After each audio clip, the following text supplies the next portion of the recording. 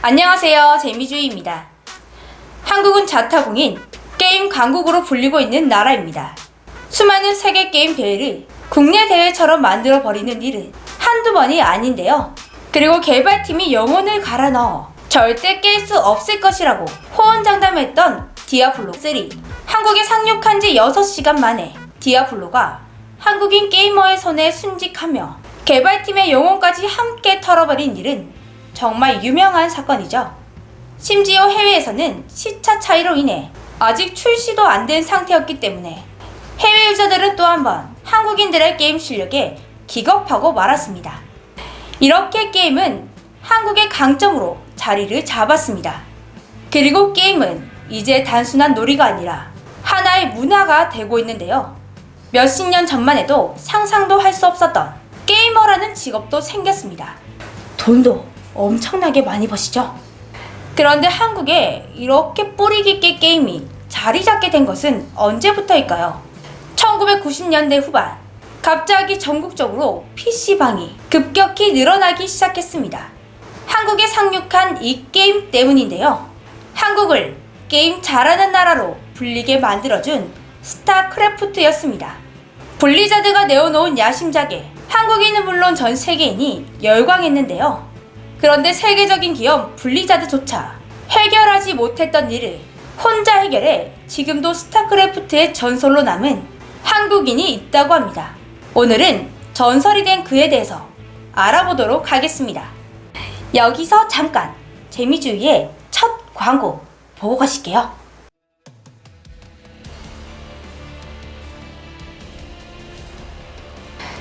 재미주의가 이렇게 집중하고 있는 것은 무엇일까요? 바로 레이드, 그림자의 전설. 모바일 RPG 게임이라고는 믿을 수 없는 고퀄리티 3D 그래픽 게임을 지금 만나보세요. 캐릭터가 한두 명? No.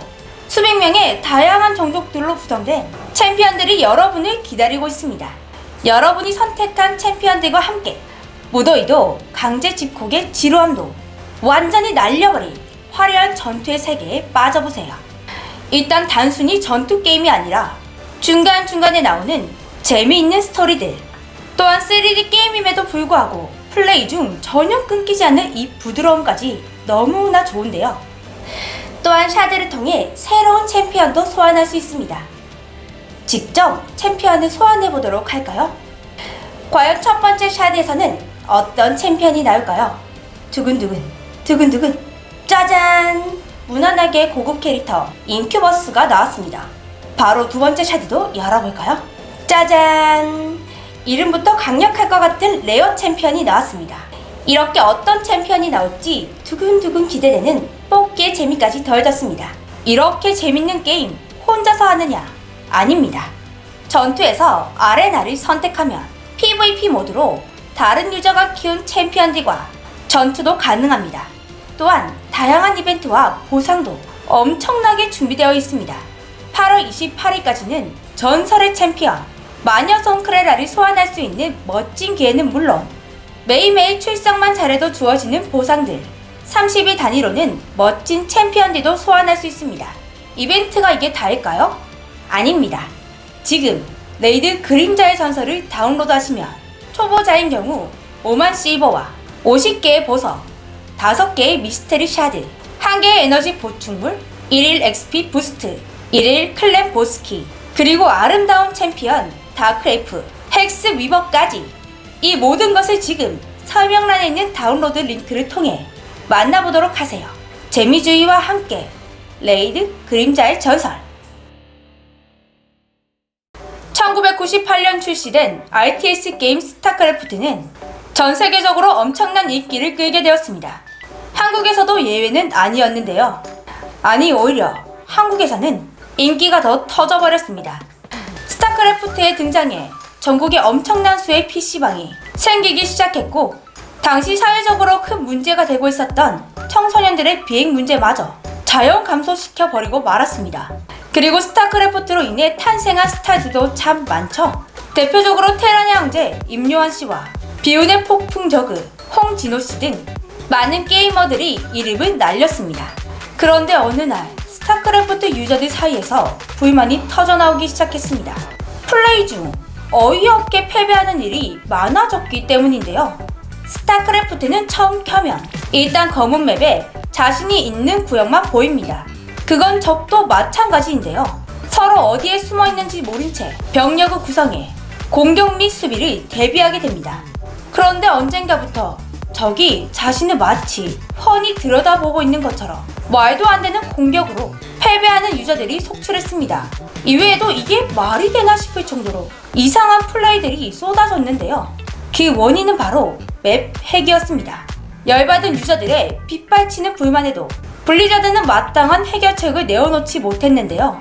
그런데 이때 배틀넷 유저들에게 한 줄기 빛과 같은 기적이 일어났습니다.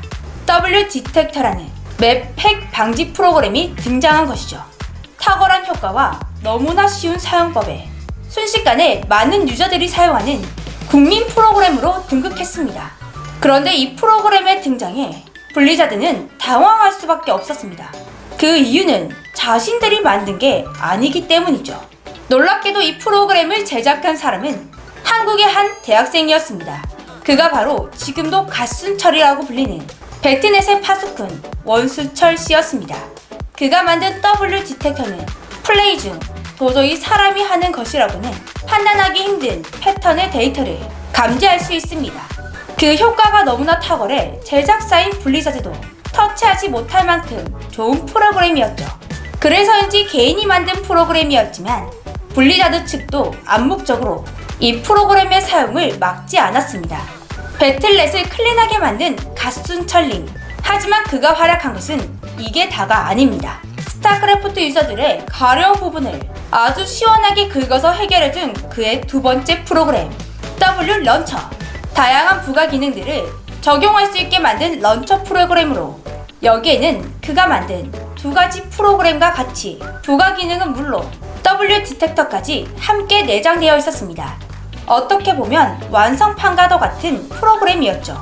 이 프로그램의 등장에 일반 유저들에게는 천국, 핵 유저들에게는 지옥이 시작되었습니다. 스타크래프트가 인기를 끄고 얼마 되지 않아 맵 핵이 판을 치기 시작했고 블리자드마저 해결하지 못해 이에 질린 유저들이 게임을 떠나기도 했습니다.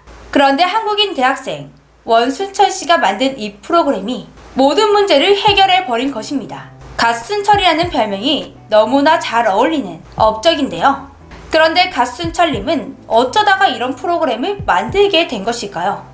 갓순철님도 처음에는 평범하게 스타크래프트를 즐기는 유저 중 한 명이었습니다. 그런데 어느 날부터 나타나 물을 흐르기 시작하는 핵 유저들에게 그 역시 당할 수밖에 없었는데요. 하지만 블리자드 측이 이를 해결할 기미가 보이지 않자 짜증이 난 그가 직접 만들기로 결심한 것입니다. 당시 컴퓨터 공학을 전공하고 있었던 그는 프로그램에는 자신이 있었다고 합니다. 그런데 한 가지 문제가 있었습니다. 맵핵 방지 프로그램을 만들려면 이미 컴파일된 상업용 프로그램에서 필요한 부분을 쓰는 리버스 엔지니어링 과정이 필수였는데요. 이것은 불법이었습니다. 불법이라는 부분에서 망설여졌지만 자신과 같은 불편을 겪는 유저들을 위해 만들기로 마음먹게 되었습니다. 혹시나 블리자드가 이에 대해 법적 소송을 걸 것을 고려해 좋은 의도로 만들었다는 것을 드러내기 위해 어떠한 상업적 요소도 넣지 않고 자신의 이름 원순철을 당당히 밝혔습니다. 그리고 자신이 만든 모든 프로그램 앞에는 자신의 이니셜을 따 W를 넣었습니다.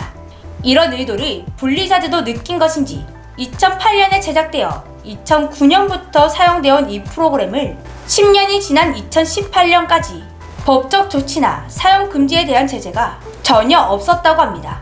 이후 10년이라는 시간 동안 그는 꾸준히 업데이트를 통해 프로그램을 계속 개선해 나갔고 많은 유저들의 사랑을 받았습니다. 그런데 2018년 7월 25일 갑작스럽게 W 런처의 서비스 종료 공지가 올라오게 되었습니다. 이때 사실 많은 유저들이 드디어 갓순철님이 블리자드에 스카우트된 거 아닐까 했지만 안타깝게도 그건 아니었습니다. 블리자드가 스타크래프트의 패치를 하면서 그의 프로그램을 막은 것입니다. 뭐 솔직히 불법 프로그램이니 막았다고 해서 뭐라고 할 수 없기는 한데요. 그럼 W 런처를 막은 것을 보니 블리자드는 스타크래프트의 핵방지를 성공한 것일까요? W 런처가 사라진 스타크래프트는 어떻게 되었을까요? 그 결과는 리턴 무법 시대. 보안과 같았던 프로그램이 사라지자마자 다시 수많은 핵들이 부활하기 시작했습니다. 고로 블리자드는 핵을 잡는 것에 실패한 것이죠. 잘 사용하고 있던 W 런처를 막아버린 것도 짜증이 나는데 다시 무법 시대까지 만드니 유저들은 정말 화가 났지만 참고 게임을 하는 수밖에 없었는데요. 그런데 그들이 더 이상 참을 수 없는 사건이 벌어지게 되었습니다. 스타 리마스터가 출시되고 여기에서도 핵 문제가 심각하게 일어나게 된 것입니다. 이런 모습의 유저들은 순철님 돌아와주세요 이렇게 간절히 바랬었는데요. 그런데 그 간절한 바람에 순철님이 응답해 주었습니다. 리마스터용 스타크래프트가 나왔을 때 리마스터용 호환 버전을 만들어낸 것입니다. 그는 이런 경험을 바탕으로 어느새 대학생에서 런처 프로그램을 만드는 기업의 대표가 되었다고 합니다. 그리고 2017년도에는 블리자드의 또 다른 야심작 오버워치의 핵방지 프로그램을 만들겠다고 선언했었는데요. 하지만 아쉽게도 완성되었다는 소식은 아직 들리지 않고 있습니다. 그가 만든 기업 10년지기는 2018년 넥슨에 인수되었다고 하는데요. 그곳에서도 갓순철 대표님의 멋진 활약을 기대해 보겠습니다. 오늘의 이야기도 재미있으셨다면 좋아요와 구독하기, 알림 버튼 꼭 부탁드릴게요. 저는 또 재미있는 이야기로 돌아오겠습니다. 안녕!